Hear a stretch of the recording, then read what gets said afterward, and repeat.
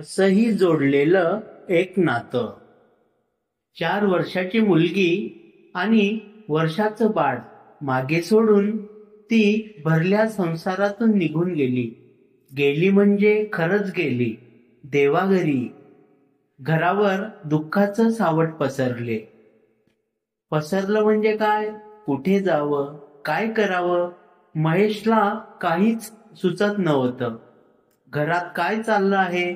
मुलांचं काय?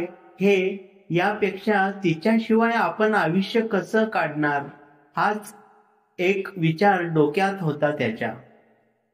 अशी वेळ सांगून थोडीच येते आणि कुणावर आलीस तर त्याला काय होत असेल हे त्याचं त्यांनाच माहीत. कारण अशा दुःखाची कल्पना करणं शक्यही नाही.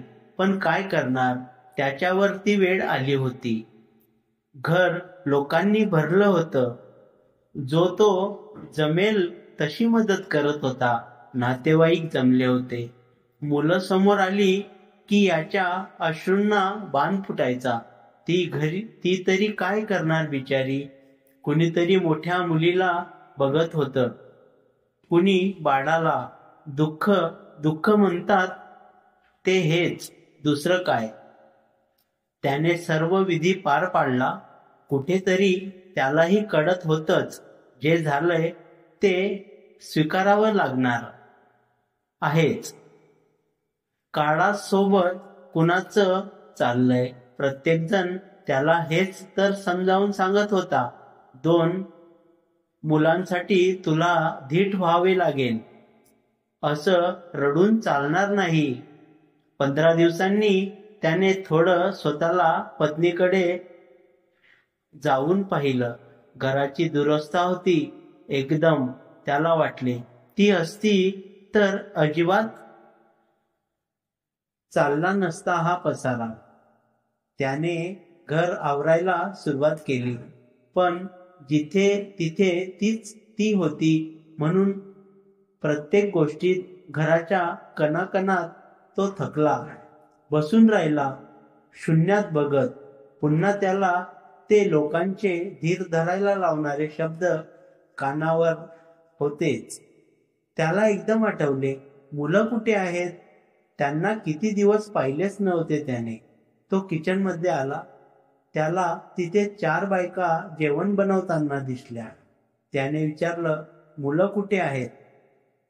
त्याची आई म्हणाली, त्यांना परवापासून डे केअरला पाठवायला सुरू केलंय.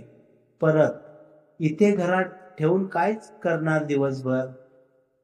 तो बाहेर आला तेव्हा त्याला तिची आई एका कोपऱ्यात बसलेली दिसली.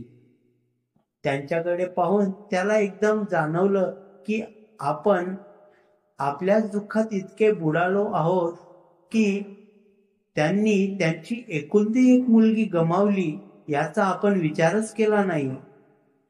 गेल्या 3-4 वर्षापासून तिची आई यांच्या घरी राहायला आली. एकटीच होती. बाबा गेल्यावर आई किती दिवस एकटी राहणार म्हणून तिने हट्ट केला होता. पण जावयाच्या घरी कसं राहायचं म्हणून आई येतच नव्हती. पण नाच झाल्यावर तिचं करायला लागतं या निमित्ताने करून तिला घरी आणलं होतं. सुरुवातीला त्यांच्या घरच्यांचा विरोध खटकायचा तिला. पण हळूहळू दुर्लक्ष करू लागली. असेही सासू सासरे परगावी राहायचे. मग त्यांना काय त्रास होतोय ती इथे असली तर? हा प्रश्न तिने अनेकदा महेशला विचारला होता. तो तिला समजवायचा. त्याचं काही खूप जवळचं नातं नव्हतं त्यांच्याशी. पण समजून घ्यायचा. मोजकच बोलायचा. मुलांना आजीचा लळा होताच. आज महेशला भानावर आल्यावर कळले की नवरा नाही आणि आता एकुलती एक मुलगीही अशी सोडून गेली. याचं किती दुःख असेल या बाईला.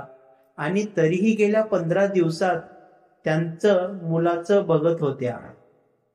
आताही महेश त्यांच्याकडे आला तसा त्या पटकन उठल्या. म्हणाल्या, काही हवंय का? पाणी आणू? जेवण होतच आहे इतक्यात. आज मुलं पाळणाघरात आहेत, मी येईल घेऊन. त्यांची ती तत्परता आणि त्याला सामान्याचा आवेश पाहून त्याला कसं तरीच झालं. तो म्हणाला, काही नाही, मी ठीक आहे, मी येतो घेऊन मुलांना पाहिजे तर. त्या, नाही नको, तुम्ही थोडे दिवस तरी गाडी नका चालू, मी जाऊन येईन रिक्षाने.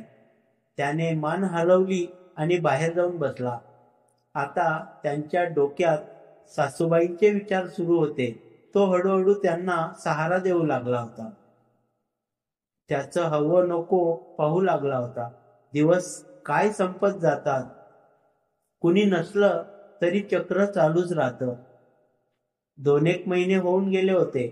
घरातील वर्दळ आता बंद झाली होती आणि रोजचं आयुष्य तिच्याशिवाय कसं जगायचं हे तो शिकत होता. रोज एका नव्या आठवणीला मागे टाकत होता. कधी स्वतःशी झगडत होता. आई बाबा आणि सासू इतकेच लोक होते घरात. एक रविवारी दुपारी सासूबाईंनी आपली बॅग भरलेली त्याला दिसली. त्या त्याच्या शेजारी येऊन बसल्या. म्हणाल्या, महेश, खूप विचार केला, काय करायचं, कुठे जायचं, अनेक प्रश्नही पडले. माझ्या या छोट्या नातवाचं काय, तुमचं कसं होईल. इतके दिवस थांबून राहिले, जमेल तितकं काम केलं, पण मला आता बाहेर पडलंच पाहिजे. त्यांचं हे वाक्य ऐकून तो जरा बिथरला. अहो, काय बोलताय काकू तुम्ही, कुठे जाणार आहे. त्या बोलल्या, कुठे म्हणजे, जाईन ना माझ्या घरी. इतके दिवस लेकीचं घर म्हणून राहिले, आता तीच नाही तर मी तुमच्या घरात कशी राहणार. इतक्यात त्यांची आई बाहेर आली. म्हणाली, अरे, मी बोलले त्यांना थांबा अजून थोडे दिवस, जरा तुझे बाबाही गावाकडची कामं करून येतील, मग जा. ऐकत नाहीयेत त्याला आता आईचा राग येऊ लागला. थोडे दिवस म्हणजे काय, त्याच्यानंतर कुठे जाणार. त्याची आई थोडी गांगरली. अरे, असं काय करतोस. त्या काय करणार इथे राहून. काय म्हणजे काकू, काही नाही, तुम्ही कुठेच जायचं नाही, इथेच राहायचं आहे. आपल्या नातवांना असं वाऱ्यावर सोडून जाणार का. त्यावर त्या बोलल्या, अरे, आहेत ना तुमचे आई बाबा, ती इथेच आहेत. मी काय करणार इथे राहून, मी येत जाईल अधूनमधून. त्याला काही सुचेना.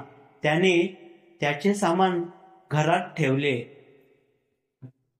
त्याच्या सध्याच्या मनस्थितीमध्ये त्याला कुणी काहीही त्रास देऊ इच्छित नव्हतं. त्या गप्प बसल्या. जाऊ थोड्या दिवसांनी, त्यांनी विचार केला.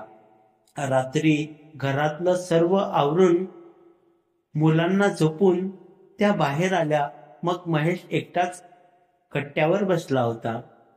त्या त्याच्या शेजारी जाऊन बसल्या. हळू आवाजात बोलू लागल्या. हे गेले तेव्हा लेकीकडे बघून जगत राहिले. तुमच्याकडे आले तेव्हा कुठे जरा मन रमलं. नातवांना बघून सुखावले. आता ती इथे नाही, तुम्हीच सांगा. लेकीचं म्हणून तरी हे घर माझं राहिलंय का. त्यांचे अश्रू वाहतच होते. अशा वेळी कुणी कुणाला समजवावं हे कळत नाही. तो धीराने बोलला, काकू, तुम्ही इथे आलात तेव्हा तिची आई म्हणून मीही स्वीकारले. माझे आई बाबा या घरात राहू शकतात तर तुम्ही का नाही. त्यामुळे त्यात चुकीचं काहीच वाटलं नाही. तिच्या जागी मी गेलो असतो तर माझ्या आई बाबांसोबत नसती का ती राहिली. मग तुम्ही का असं बोलता. आणि हो, खरं सांगू का, या घरात कितीही लोक असले ना तरी तुम्ही आजूबाजूला असता तेव्हा एक दिलासा असतो. बाकी सर्व लोकांना मी माझ्या दुःखातून बाहेर कसा पडू यावर बोलायचं असतं, पण तुम्ही काहीच बोलत नाही. फक्त माझ्या सोबत असता माझं दुःख तुमच्यापेक्षा कुणाला जास्त कळणार. आपण दोघीही ती एक व्यक्ती गमावली आहे. ते कुणालाच सांगू शकतो ना समजावू शकतो. ती जिवंत असताना कदाचित नसेल त्यांचं नातं इतकं पक्क, पण तिच्या जाण्याच्या दुःखाने त्यांना अजून जवळ आणलं होतं. तो नकळत त्यांच्या मांडीवर डोके ठेवून रडत होता आणि त्याही डोळे झिरपत त्याला शांत करत होत्या. धन्यवाद.